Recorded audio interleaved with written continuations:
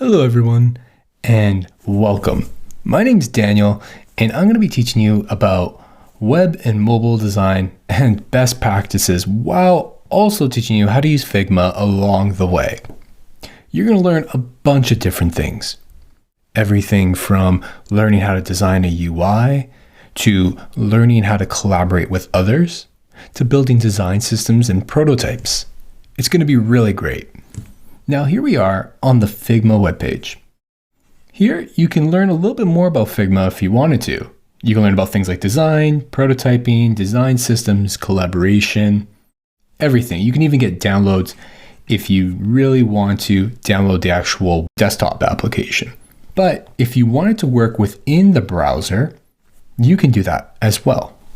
Here you'll also learn about pricing, and you really aren't going to need anything but the free starter tier. You won't need to use professional or organization. In the future, you will be on a design team and they'll have a paid plan for you to, share design systems and stuff like that. But you won't need to worry about that right now. Another very important part about Figma is the community. There's thousands of files and templates that you can even download and duplicate. There's plugins that you can use, and we're going to get into that later. There's also things like events and live streams, best practices, education programs, and user groups. So buckle up.